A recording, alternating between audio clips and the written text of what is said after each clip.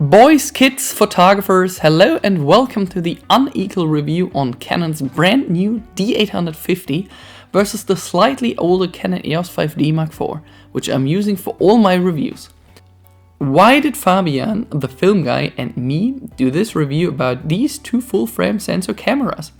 An easy to answer question because we had the feeling it would be a great idea to do so. After filming for almost 24 hours, I started to realize how hard it is for Canon to make a good all-rounder camera that suits to everyone because of their film and photography divisions. That might be the major reason why their competitors are so successful in creating products which have the features that everyone wants for the same or even a lower price compared to Canon. I will highlight some features of the D850 and the 5D Mark II in this review where you would initially think that's not a big deal. But we are talking about expensive cameras that should have the features if we require them or not. Both bodies feel valuable and not cheap at all. It's obvious that I can control the 5D Mark II blind after using it for more than 1 year now. But I think that many more people would feel the same. It's a bit more intuitive for someone starting with a new camera to control the 5D instead of the D850. Some of my Nikon friends say the same, by the way. Starting at the beginning was the biggest fail of the Canon EOS 5D Mark IV, the low light performance. I did not think that an increase of 15 megapixels would give me a better low light than the 30 megapixel of the 5D Mark IV. But it's not just about the low light performance which impressed us a lot, like you will see within the next few minutes. With a resolution of 46 megapixels on the D850, we thought that the winner will be the 5D Mark IV without thinking about it. As you can see from the current examples that we took at the Moin river from our wonderful skyline with the ISO value displayed, the low-light performance is outstanding.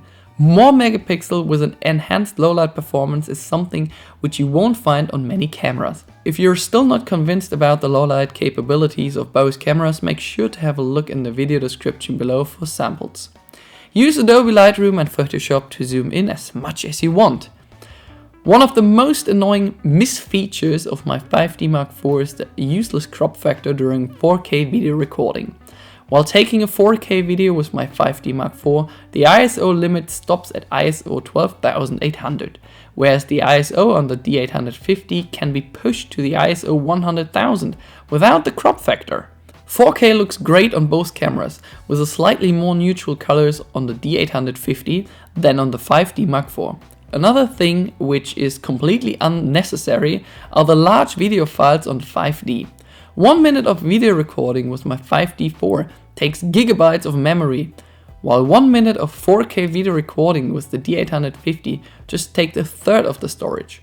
If memory does not matter to your hard drives and memory cards, you still have to cope with the irritating crop factor. Last year when Canon announced the release of the 5D Mark IV and the slow motion capabilities while taking a 720p video, I really thought that they have lost their mind. 720p video recording, wow! That is a feature before 2010 on the APS-C sensor cameras and nothing for 2017 on a camera that costs more than 3,500 euros.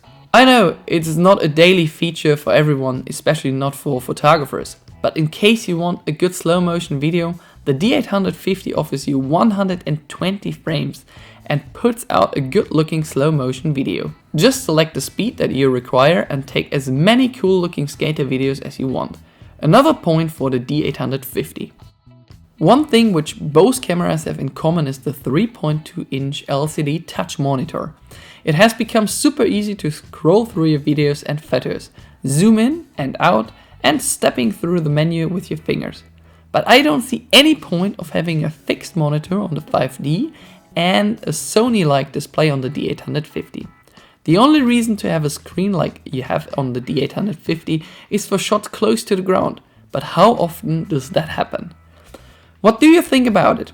Do you prefer a screen like the D850 or a tilt-type display seen on many Canon cameras nowadays?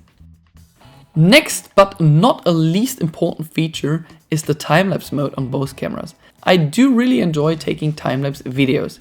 Going into the menu of the 5D Mark IV, I was able to select the interval and the number of shots. What? That's all? Yes.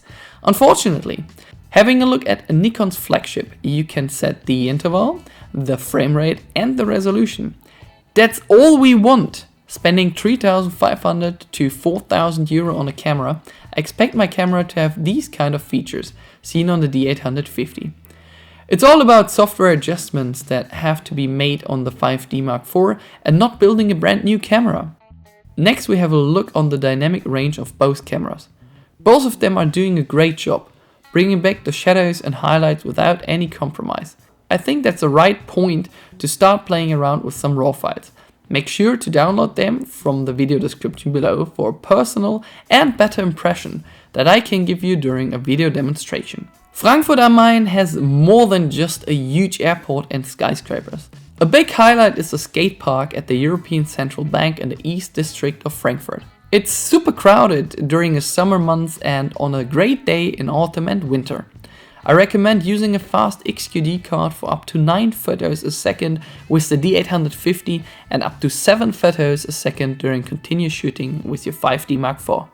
Both cameras are great for wedding and portrait photography if you require a silent shutter. Close your eyes and open your ears for the ultimate shutter comparison between both cameras.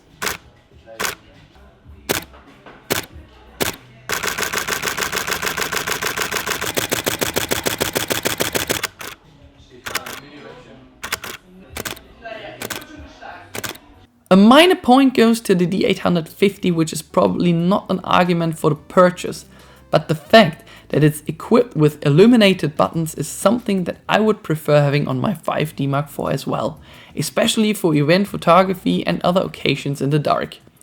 Let's have a look on the autofocus system. Most of you probably know about the great individual and adjustable AF system of the 5D Mark IV, which works great during live view, low light and video recording. We had the feeling that both cameras using the same lens did a great job in terms of a fast and precise focus.